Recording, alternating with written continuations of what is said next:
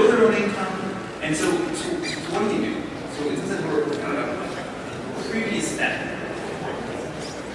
And this is not a new problem. This is, people have been grappling with this problem for a long time. And broadly speaking, there's a bunch of different things you can do. But broadly speaking, I would think the approaches that people tend to use fall into, I think, three big buckets of approaches. So one bucket is called the proxy means test, and I'll talk about that in more detail later in the talk. But the basic idea is, the government can't observe your income, but if someone shows up at your house, they can observe what kind of house you live in, they can look in your front door, they can see what you have a sofa, you have a TV, right? They can observe some hard to hide assets, and they can use them to proxy your consumption. That's why it's called, instead of a means test, it would be testing based on your actual income. This is a proxy means test.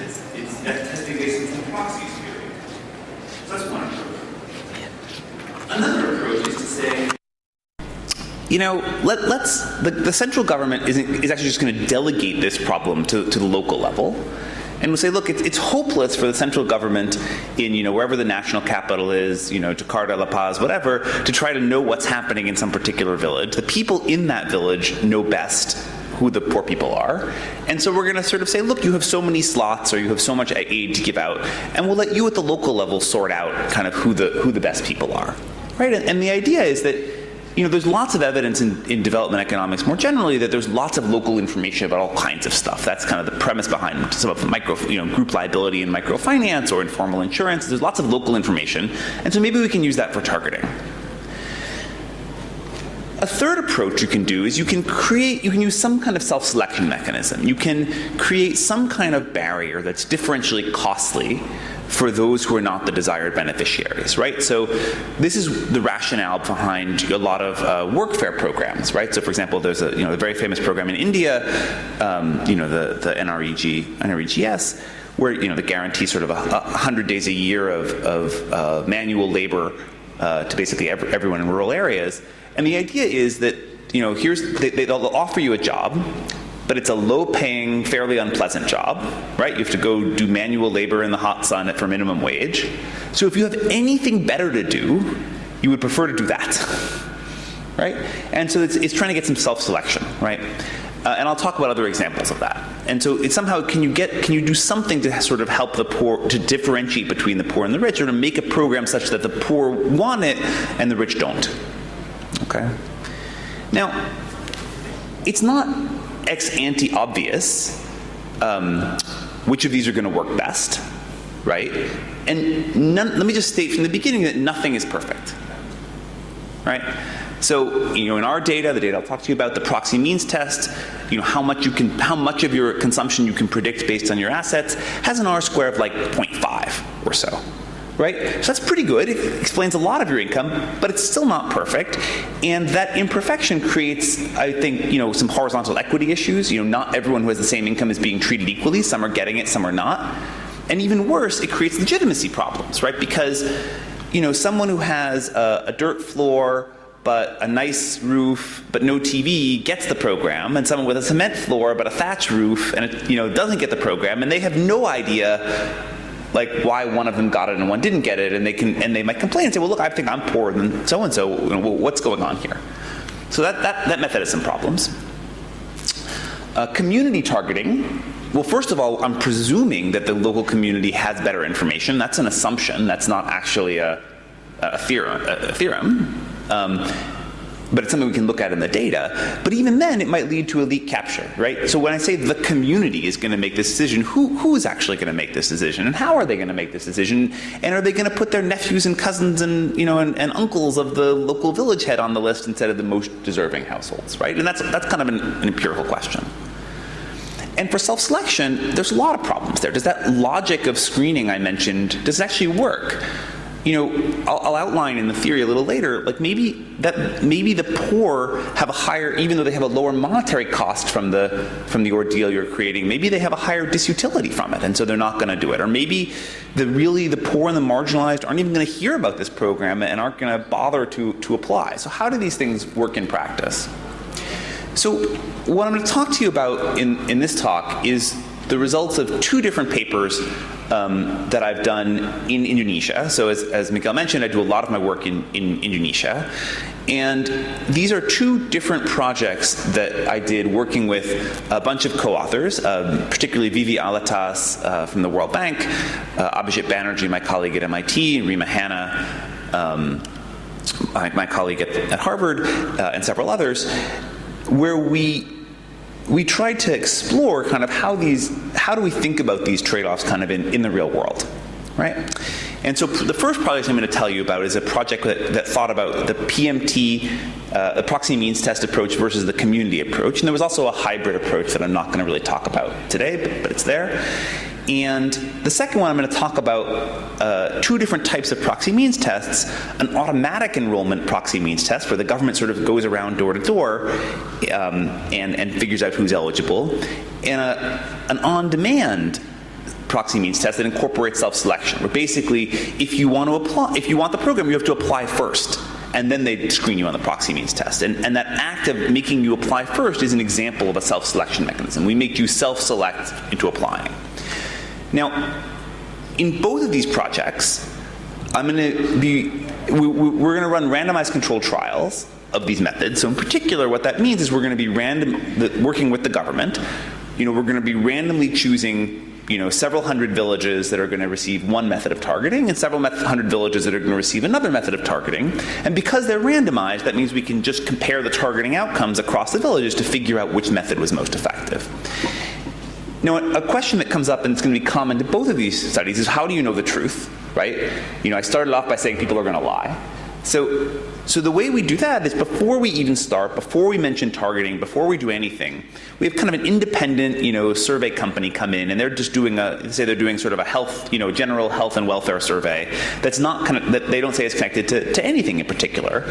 We use that baseline survey as a measure of people's true consumption, as well as some other things I'll tell you about. And then we're going to evaluate these different targeting methods as to which of these different targeting methods best matched the poor that we measured in our baseline survey. Okay, so that's how both the studies are going to have kind of a similar setup.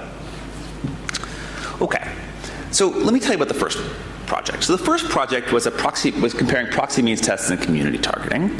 Now, let me just stipulate that this was the first time we were doing this. We were working with the government, and they said, well, this is interesting, why don't you explore it? So we didn't have a huge amount of money, so this was for a one-time $3 cash transfer. I'm going to come back to that once. You can think of this as about 1 day's wage, was kind of what was at stake here.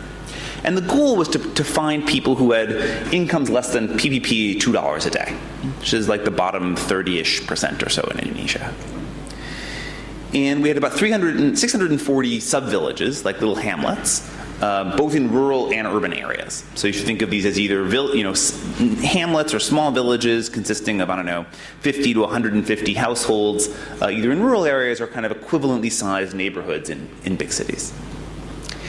So how did the PMT work? So I sort of explained this already. So how does this work? Well, the actual proxy means test, the government chose 49 indicators, right? And they encompass sort of a wide range of stuff that you can plausibly measure without a lot of lying, right? So that's, you give you some examples, what kind of walls, roofs, assets, TV, motorbike, etc. A little bit about who's in the household. What you do once you have all this data is you use some other survey where you have these asset data and you have consumption, some survey where people had no reason to lie, right? Some survey that wasn't connected to targeting. You use that survey to basically run a regression to predict whether your consumption or predict whether you're poor or not as a function of these 49 variables, and then you can take the regression results and use that to predict sort of for the entire population who's actually poor. Okay, and that's basically what they do. They have district-specific formulas that use all 49 of these variables to figure out who's poor. And as I mentioned, these are the regressions that have an R-square of about 0.5. Right, so they do a pretty good job of differentiating. They certainly differentiate between rich and poor to some degree, but not perfectly. So how did the community-based transfer work? So the idea here was to allow the community to identify poor households. And the idea is, that the community has much more information than the central government. If you think about your neighborhood, wherever you come from, can you identify which are the people who are really the best off in your neighborhood and which are the ones who are kind of the poorest? Some of you might be able to do that. And certainly I think the idea is that in a lot of developing countries, where people, you can sort of see who has the fancy car, you have a sense of kind of what people's environment is like. Now, as I mentioned, the problem is that even if this information exists, and I will show you that there is kind of local specific information, if you try to extract that information to give out benefits, right? If you say, tell me the list of the 3 poorest people, and I'm gonna give them a bunch of stuff, right? Is it obvious you're gonna get the 3 poorest people, or you're gonna get some other thing, right? So there's a trade-off, right? Maybe there is this better local information, but there's this risk of kind of local capture. So I should say, by the way, that it wasn't obvious to us when we started, how do you actually implement community-based targeting in practice? How would you organize a community? What would you, just like you say, I want the community to give up, how would you actually do that?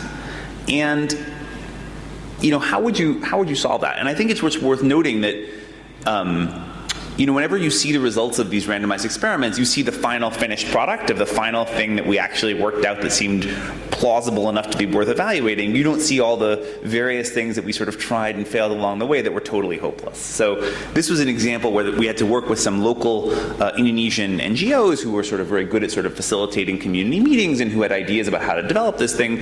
We tried a whole bunch of different approaches before coming up with something that actually seemed potentially plausible.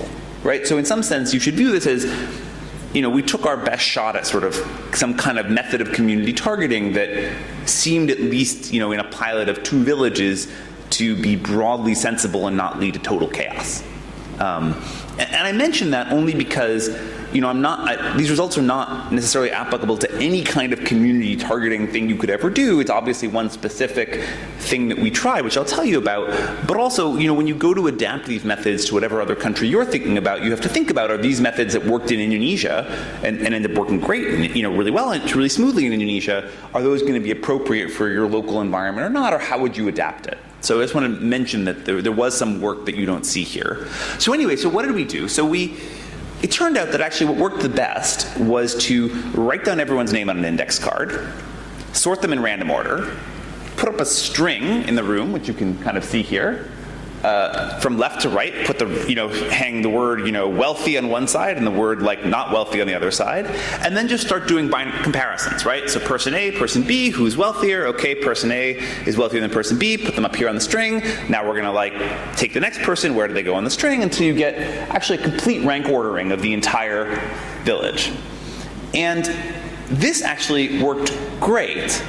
We tried another method where we said, okay, let's first just sort everyone into bins, kind of, into quartiles, first bin, second bin, third bin, fourth bin. That was terrible, because everyone knew that you had to be in the 4th bin if you wanted any chance of getting anything. And so there were horrible fights, but I think I should be in the 4th bin. No, you should be in the 3rd bin. But here, it's all continuous. People didn't know where the cutoff was going to be. It's not worth fighting about whether you're 3 steps higher than the next guy. This worked quite well. Very, very smoothly. But anyway, so this gives us a complete rank ordering according to a village meeting of everyone from richest to poorest. And then, we took the same cutoff of what we would have used in the proxy means test. So if we had taken the bottom 3, in that one we take the bottom 3 people from whatever this rank list was. Okay, so what are the results? I should have actually, okay, so we can make this a bit interactive. For those of you who haven't read my paper before, which of you think the PMT the proxy means test is going to do better on targeting? Raise your hands. Come on. What are the options? Proxy means test or the community targeting? Which of those 2 methods I showed you is going to do better at identifying the poor households? Proxy means test? Community targeting. Okay, you guys are very pro-community, more so than the Indonesian government. So, the reason I actually do that is a lot of times once you see the results, this is not my point, actually David McKenzie was the first person I saw do this in a talk with an RCT. Once you see the results, they're often ex post obvious, but they're often not ex ante obvious. And so it's just worth noting that there can be disagreements about sort of what you're going to find until you actually look at the data. Okay, so what do we find? So this is the distribution of per capita income for the selected beneficiaries under the different programs. And you can ignore the hybrid for the moment. for this talk, let's just focus on the PMT versus the community. So the green line is the PMT. These are the beneficiaries this is per capita expenditure of the beneficiaries that were chosen under the PMT. And this is the per capita expenditure of the beneficiaries that were chosen under the community method. So what can you see? The first point is it's shifted to the left here.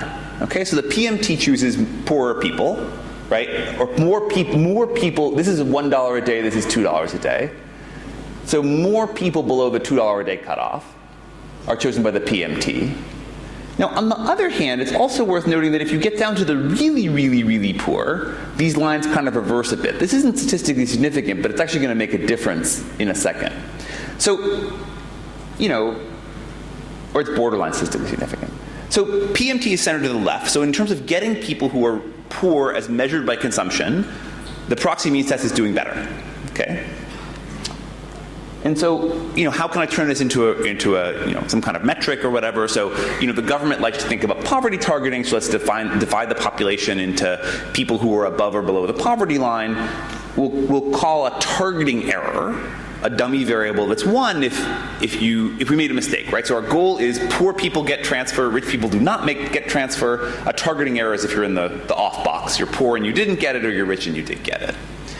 And so, you know, the regression is straightforward. I can just regress this dummy variable for making a targeting error on my 2 experimental treatment variables, and I get something like this. So this basically says that in general, there were a lot of mistakes. Okay, so there were in general, according to our metric, we were making 30% of errors in the proxy means test of misclassifying people, and that was 3 percentage points, or about 10% higher, with the community method.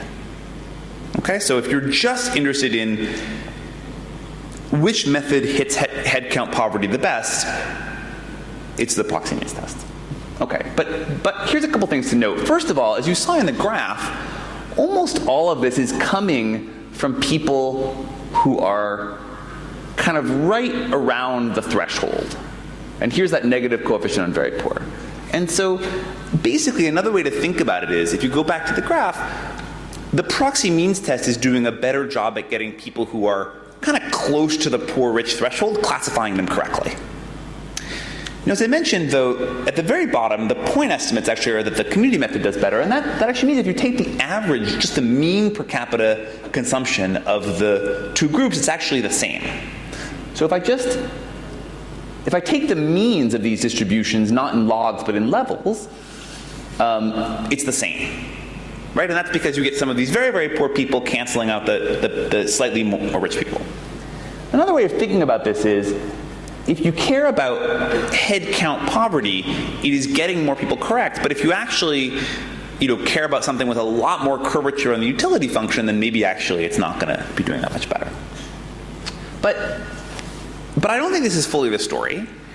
I think that the other thing that's going on, you know, what is the community actually doing?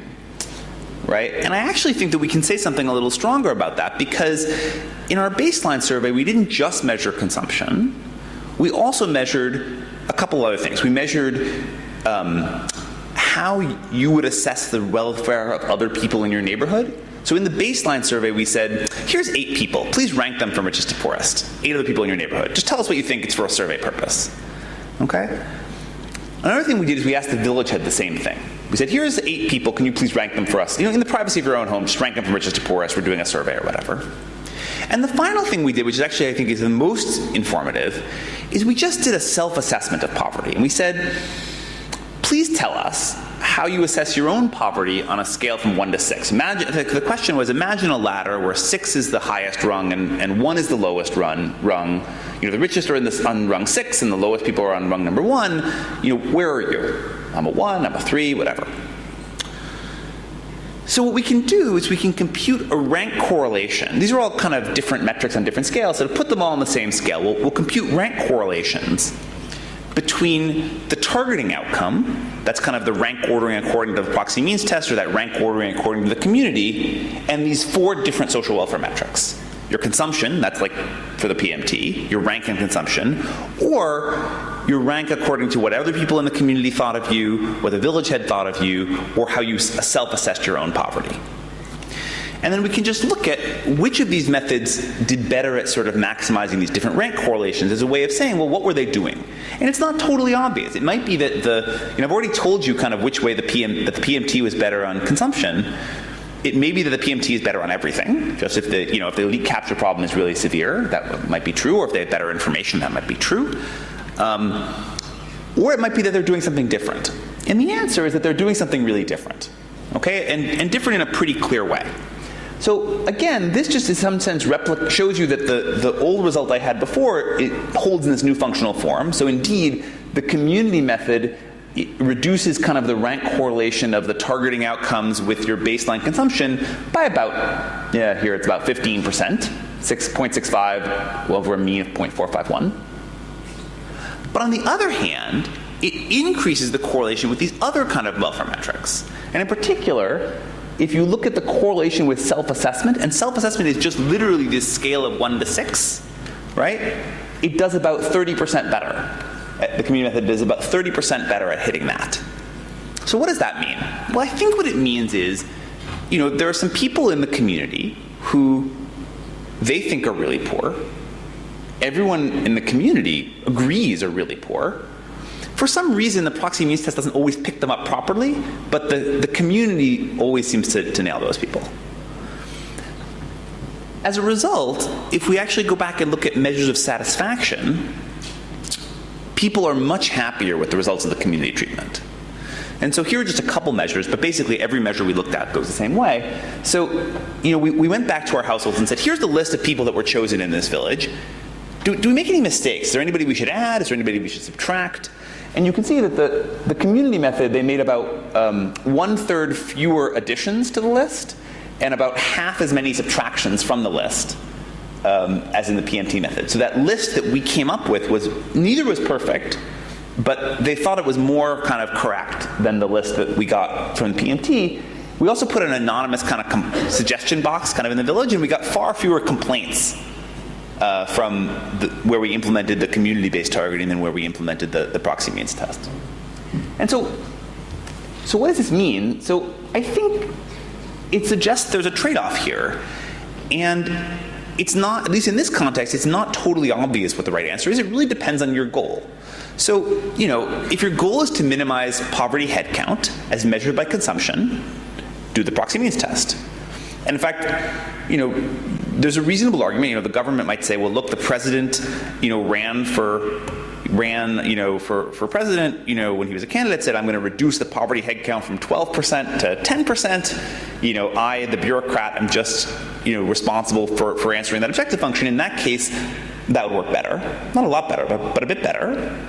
But on the other hand, if your view is that if you think that this self-assessment is actually capturing some measure of welfare, some measure of the marginal utility of giving aid to these different people, and if your goal is to maximize a social welfare function that's a function of those individual utilities or the individual marginal utilities, then the community approach may be better. And so it's actually kind of a judgment call for the policymakers, kind of which they want to do.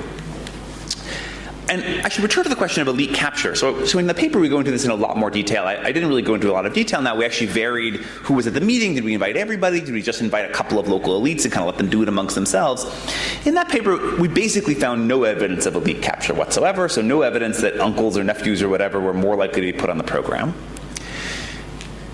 Of course, when we presented this back to the government, they said that's all well and good, but you were only giving away $3. So if ever there was a time for elite capture, this is not it. So we said, well, that's great. It's a totally legitimate concern. Why don't you let us try this with a real program? And that's that's what we did.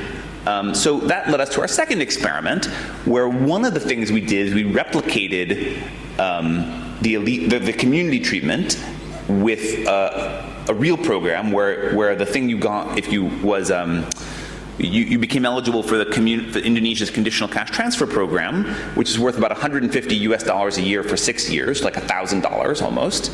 So that's real money, right? But in addition, we also tried some other new things. So I'm going to talk now about the other new things that we also tried. So this gets me into the question of self-selection, the idea about thinking about self-selection. So there's an old idea, so one classic reference among many is this Nichols and Zeckhauser paper, which is this idea that ordeals can be used to target the poor.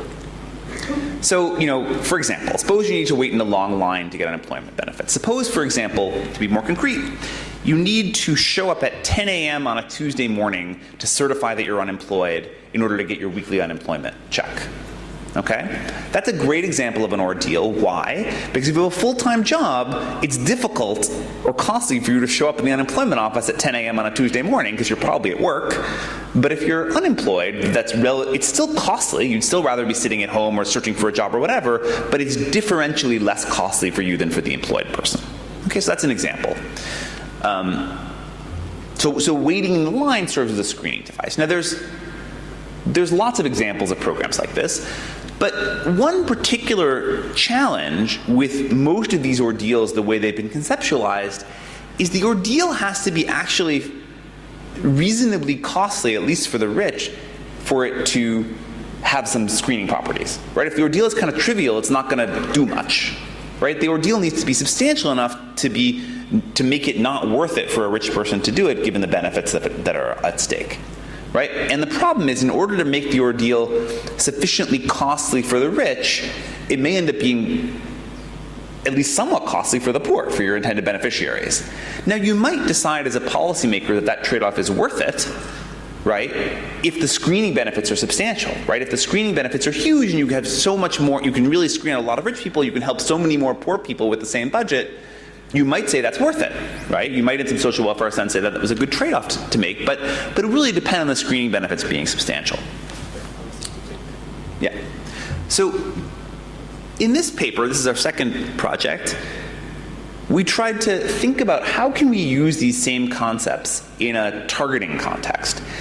And here, in particular, we wanted to think about the idea of, if we're going to do this proxy means test, what is the additional benefit of making you apply first? Come to the office and apply, right? And there's two things it turns out that you can think about here. The first is the traditional ordeal, and that's that going to the office and standing around in line takes some time. It's a time cost. Your wage is typically higher if you're rich than if you're poor. That's going to impose a larger cost on the rich than the poor, and so that's going to be a traditional kind of screening mechanism. But there's actually, it turns out in this context, another force which I think is even more powerful, which is there's uncertainty about how that proxy means test formula is going to work. Remember that R squared was less than 1, and you don't know the formula. And it turns out that actually can work to your benefit, because the poor might think that they're more likely to get benefits than the rich, and so the rich might not bother to apply.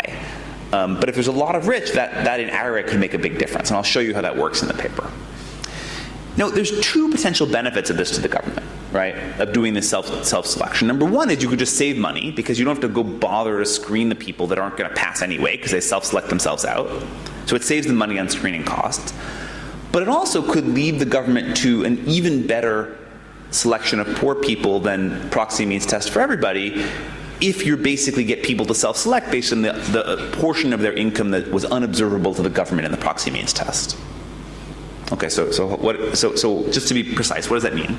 So imagine that your income has two components. It is YO is the component that the government can observe based on your proxy means test. It's your predicted income from the proxy means test.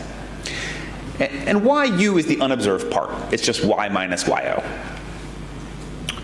So you still don't know the formula exactly, and there's some errors in the formula, whatever. So neither of these things is a perfect predictor of whether you're going to pass. But let's define mu of y to be the probability that you pass the proxy means test as a function of your observable income, and lambda of y to be the probability you pass the proxy means test as a function of your total income. I won't do unobservable income. Let's do total income and unobserved income. And the reason is that in the paper we're going to think about there being two types of people.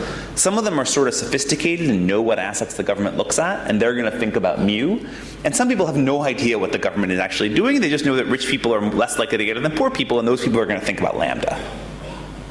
But anyway, what do these things look like in practice? So this is in this context, I should say, we're looking at Indonesia's conditional cash transfer program, which is targeted at the bottom 10% of the population. So they're aiming for really poor, right? Bottom 10%. Okay, so First point, tons of mistakes, right? So this is the probability you get the program in our data as a function of your proxy means test score in our baseline data. So this is a function of your proxy means test score. So, and the lines are different because there's slightly different formulas in different districts. It's strongly downward sloping, okay? But for most people, even the very poor, there's still a lot of mistakes. For some people over here, it's only 0.6, for example. So there's still a lot of mistakes, but it's strongly downward sloping. But that's if you know what things the government's looking at. If you don't know what the government's looking at and just know your total income, it's downward sloping, but it's a lot flatter. Okay, so these are just what these curves look like in practice. So how do I think about the theory of this? Well, when will someone apply? Well, they'll apply. Let's take the simplest case of someone who doesn't, let's forget about the muse for a second and say, I just know my income. And I know this lambda of y function. So I know overall someone with my income is, $3 a day. I know in general the probability that someone with $3 a day is going to get the program, but I don't know exactly what the government is going to do, and if it's probabilistic, okay? But there's some cost of my applying, and then there's some benefit if I get the program. So I'm going to apply if the benefit, if the benefit from the program times the probability I get it is greater than the cost, I'll apply. Suppose the cost is only a time cost, right? You have to wait around in line, but your time is proportional to your wage. Then that's going to be proportional to your wage. And so this function of applying gives you the two features I mentioned in the beginning. This is the feature that says that, as your wage goes up, the cost is going up. So that's the traditional kind of ordeal mechanism part. And this is the additional benefit we get from the fact that lambda of y is downward sloping. So the rich think that correctly think they're less likely to get the program than the poor. Okay, so what does this look like? Well, let's just suppose, the first effect is this, if we just make lambda constant, we get the classic kind of ordeal mechanism graph. This basically says, what's my expected gain from applying as a function of my income? It's downward sloping because the cost is that ty, which is increasing with my income. This shows you this, that as I go from, say, a close location to a far location, as I increase the ordeal and make t greater, what happens is this curve shifts down. And so the people for whom it's going to be beneficial to apply is going to shift to the left. This is the standard kind of ordeal logic. So now why might this not work in practice? And then in addition, you have this additional effect coming from lambda, from the fact that the poor are more likely to get the benefits, and they know that. So now why might this not work in practice? This is a nice idea, right? But why might it not work in practice? Well, there's some theoretical reasons it might not work and some practical reasons it might not work. Well, the first is, that cost I said was a cost you notice there was no curvature in that utility function, right? It was just a linear cost in money terms.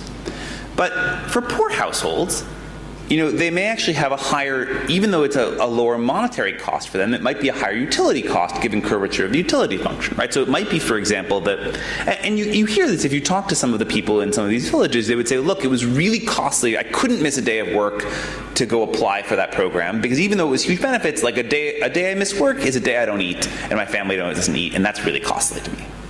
Right, so that captures this idea. In that case, then you have the part of it like before where it's downward sloping, but maybe you have an upward sloping part of it over here where the sort of the marginal utility effect dominates, and making the ordeal difficult actually could screen out the poor as well.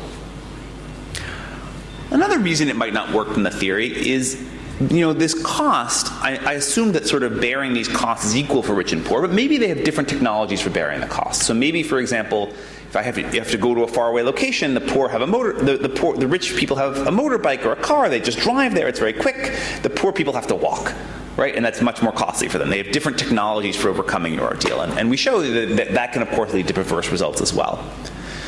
And there are also, I should say, practical problems. So it might be, for example, that the poor don't even hear about this program. Right? So it may be that the really marginal, you come and you say, well, hey, we have a program, you have to apply for it if you want to get it. If you don't apply, you don't get it. And if you think about that, the more marginalized people in society, they might not know about the program, or they might not be able to kind of come on a particular day to apply, or they might feel uncomfortable going to a government office. There are lots of reasons why in practice this might not work. So again, this was set up as a randomized experiment. Again, we had about 400 villages that were newly eligible for this Indonesian conditional cash transfer program called PKH. And as I mentioned, it was big benefits, $150 a year, for 6 years, and this is working very closely with the government of Indonesia on this, of course. And it's crucial, of course, to use a real program. You can't test self-targeting unless you have real money at stake, because then no one will pay the costs, right? Unless there's some pretty real benefits.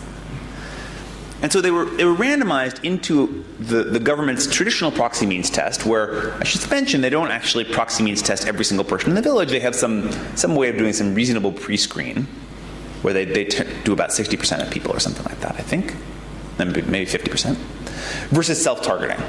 Okay, in self-targeting, you had to go to a central meeting place, apply.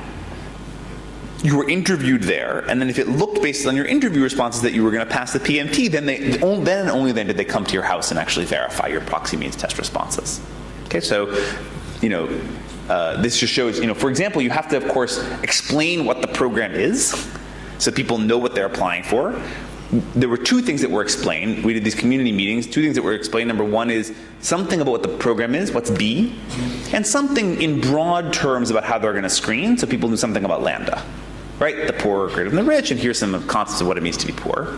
And then people came, and you can see they had to wait online, wait, and then they eventually got to the front of the line, and they were interviewed, based on, and just to see if they passed. And then if they potentially passed based on these interviews, then they came to the house and verified their responses. So what does this do? Well, the first question is who shows up, right? So we can, the first answer is, in general, the poor show up. Okay, so this just graphs the net. The rich were much less likely to apply. It wasn't perfect, right? Even at the top, it's only about 80% for the very poor. It's about 10% for the very rich, maybe 5% for the very, very rich, but it's strongly downward sloping. But we can also then decompose that into who showed up as a function of your observable income. That's this. It's also downward sloping. So this basically says it's even steeper here. This is as a function of your proxy means test score, as a function of what the government is going to screen on. And this says this actually does a great job of saving the government money, because of the people that are actually ultimately going to pass, some large fraction of them show up, 60, 70% of them. The people to the left of the red line are going to pass. And over here, it's something like only about 20% of the people who are not going to pass show up and apply. So the government saves a huge amount of money not having to screen the people who are not going to pass anyway.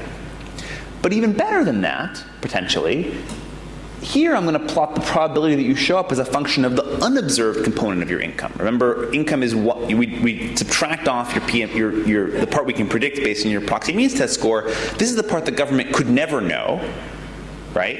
And even then, we're getting self-selection based on this as well. So this is that people who have high unobserved income to the government are also less likely to apply. And that's great for the government, because it means that this has the potential to do even better than a proxy means test would do, because you're getting people to reveal some part of the information that wasn't captured in the proxy means test. So this just shows you the results. This shows you the CDF of the beneficiary distribution. So on net, who was picked as beneficiaries?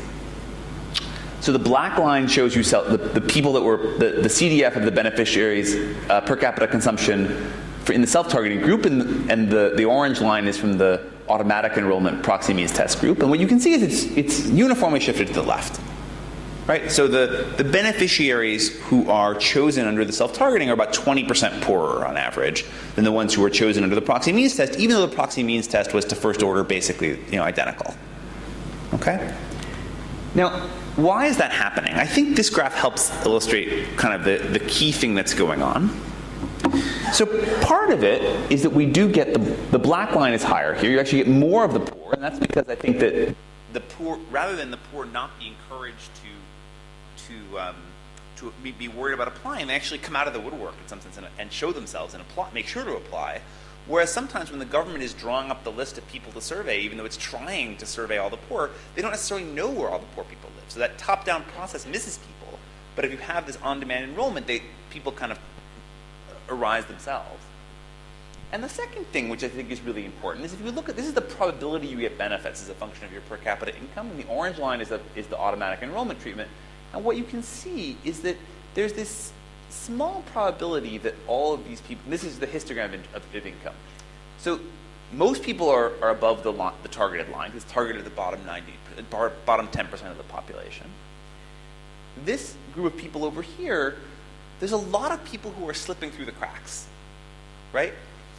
It's pretty small for any given individual, right? It's only like, a 10% of them are probability of getting the program. But because there are so many of them, if we can just get them not to apply, in aggregate, that has a huge benefit on the overall targeting of the program. Because all these people who would have slipped through the cracks don't apply. And we show in the paper that the reason that you can calibrate the model, which we do in the paper to sort of help figure out kind of which of these effects are driving it, and it's coming from mostly it's coming from this lambda point. It's coming from the fact that they understand, the rich people understand they have a very low probability of getting it. Given their low probability of getting it, it's not worth it for them to apply. But then in aggregate, because there are so many of them, that makes a huge difference to the government in terms of being able to screen them. And the other thing that's really nice about this is that actually the cost, it turns out, doesn't need to be that large. So unlike in the standard target ordeal example, where we thought we had to impose a really large cost, like making you go work in the hot sun all the time, this shows you can actually you can get some of the benefits of self-selection with a relatively small cost, as long as it's sort of leveraging the uncertainty that people actually have about their probability of getting the program. So to sum up,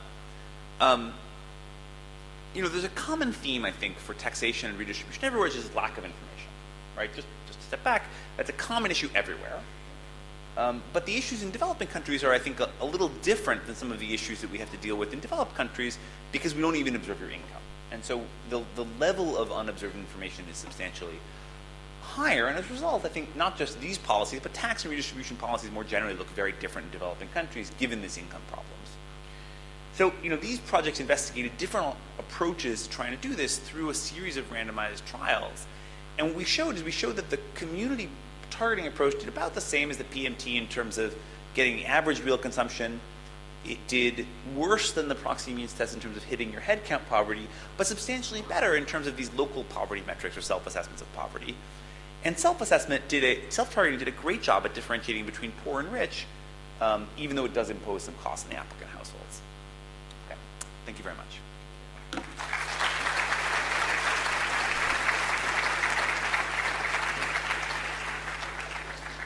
Thanks so much, Ben. Okay, so we will take a little while for questions. I think there's a couple of microphones going around.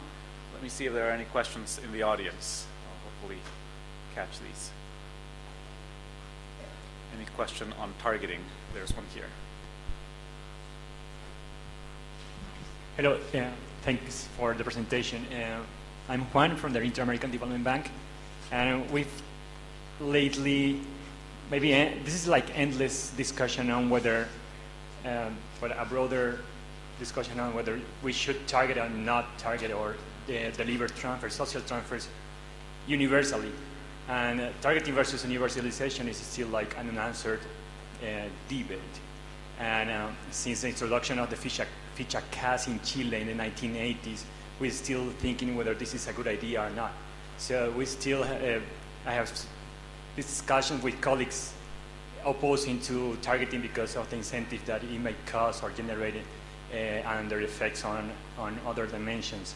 And if you look, for example, the Nordic countries, if you advocate for redistribution and you look at the Nordic countries where social transfers are universally delivered, well, these countries are a benchmark in terms of equity and social justice. So maybe what is your view in terms of this debate, whether the social transfers should be targeted or universally delivered?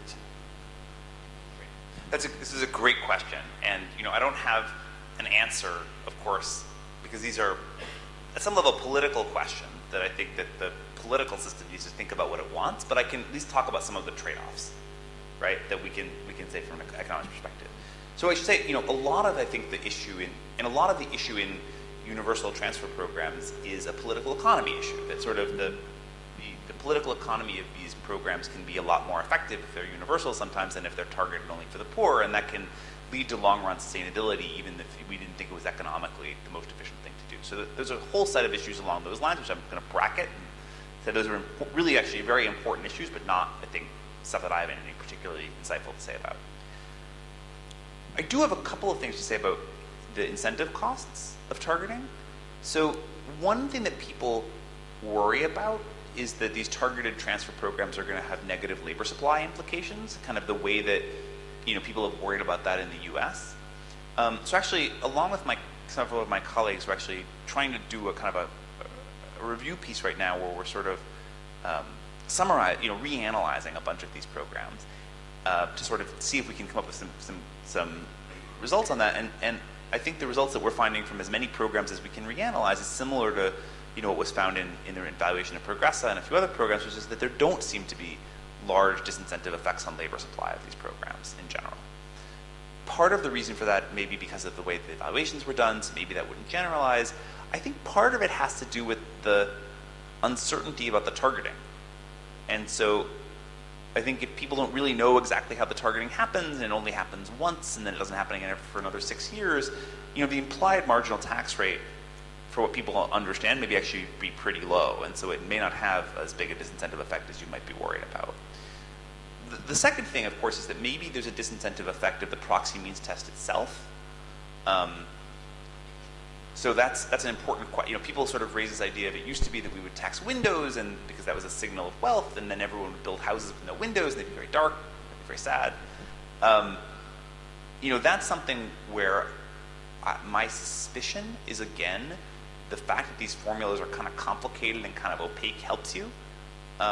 People don't exactly know what the assets formula is going to be. They don't exactly know what the marginal return to changing things are. So that's actually something we're also trying to work with the Indonesian government to test explicitly. But my suspicion is that it may not be as severe as one might think.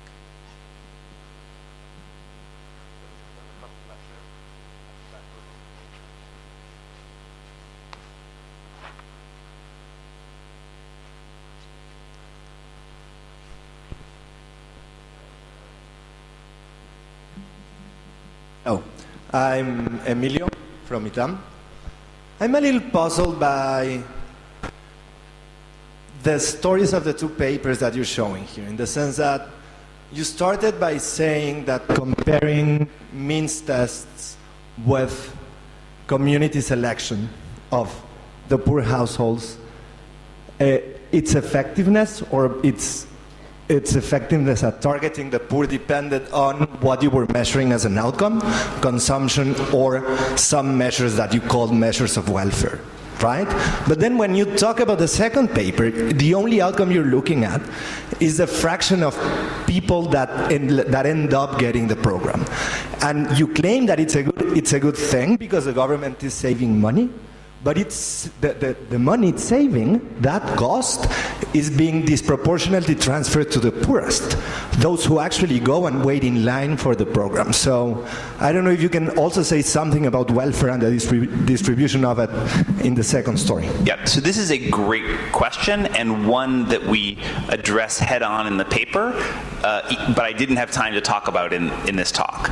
In the paper, what we do is we lay out expressly what the costs are in terms of, and there's two different kinds of costs that you have to worry about. There's costs that are borne by people who ultimately get the program, and you might feel less badly about those because instead of getting, $900, you get, $895. You might feel like that was kind of okay for those people.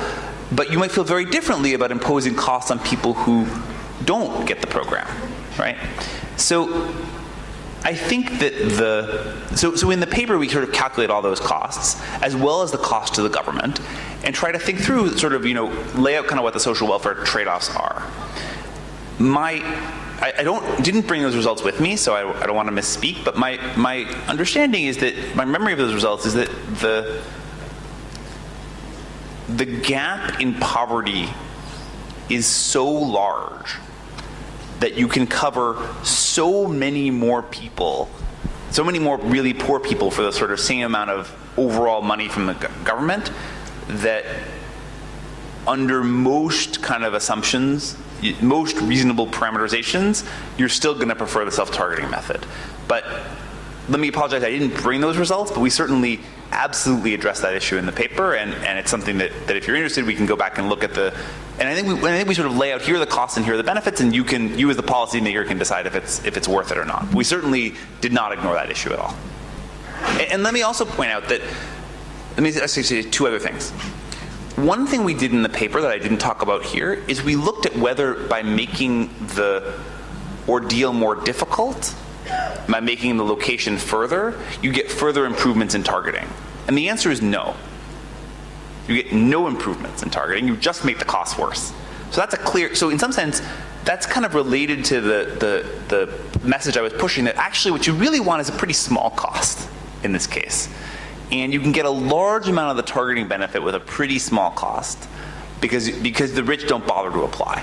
And actually, in some sense, that's one of the reasons I think that I'm particularly excited about this approach versus some of the other self-targeting approaches where you have to impose really large welfare costs on people. That actually the cost can be pretty small. Okay, we will take a final question over there. Oh, sorry. Final question. Go ahead. Julia Johansson from the Inter-American Development Bank.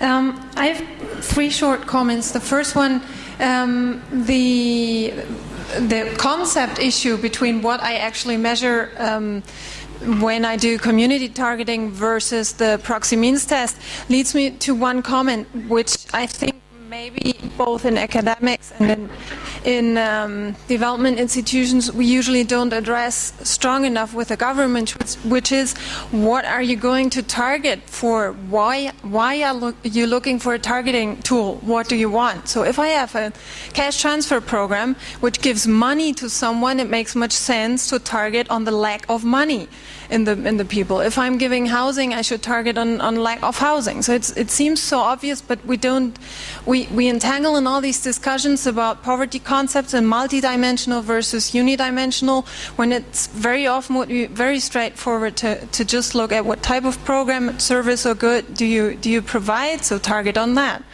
And the second, I just have a question. I was curious about the time cost in self-selection.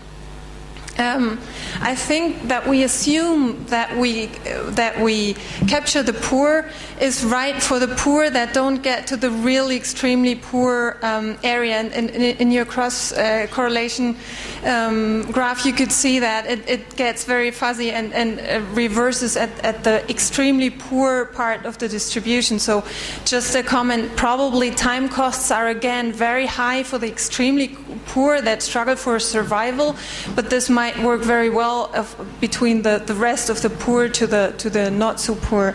And the third comment is just a question. Did you address, you showed one graph where you had your proxy means test distribution versus the community results, and the proxy means test distribution was just more narrow, right? So usually, as we can't throw random error terms in poverty predictions, we have this problem of the bias that the proxy means test results just get too narrow, and it's the ethical problem we can't solve if we say, sorry, you got the random error that pushed you above or below the poverty line, that we wouldn't be able to do like we can do in micro estimations for poverty maps, the global adjustment of the predicted curve. Just a question if you... These are all great questions. So the first is actually, I think the last one was just, I think I wasn't clear in explaining that. You're absolutely right, of course, that because of the prediction error, the PMT is more narrow, but that wasn't what I was plotting, actually. What I was plotting was the distribution of per capita consumption for the people that were selected under the program.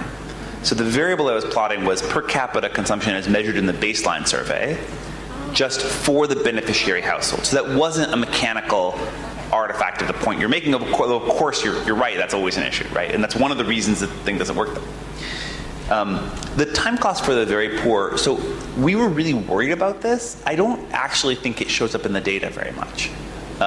Yes, they go down a little bit, but that we're really talking very, very, very, very, very few individuals, and certainly there's nothing you can say statistically. And if in general, the results I think are pretty strongly. We were really worried about that, and you basically don't find much of that. So that turns out to be an empirical fact. In this context, that might not always generalize, but I think it's at least updated my priors that this is kind of a more, it might be more effective than I would have thought. And then the point about sort of the welfare assessments. So on the one hand, right, it's not totally obvious, right, that you want to give housing to people who don't have housing, right? If you think of all these things as, cash transfers in one form or another, then you want to give it to people with the highest marginal utility of income. But of course, if you have other things that you're trying to figure out, you're right, it's much more challenging. I think what, to me, this paper illustrates is that actually the government needs to have a hard conversation about some of these multidimensional issues of poverty and figure out actually what they want, and do they want to target based on kind of these local conceptions of poverty or not.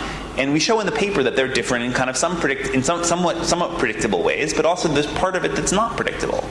It's not perfect, right? The counter argument to everything I'm saying is what my colleague, one of my colleagues calls the whiners, right? Maybe you're not picking up really, really poor people, you're picking up people who they whine a lot because they complain a lot, and everyone else thinks they're poor because they're complaining a lot, and they say I'm a 1 because so maybe it's not really welfare.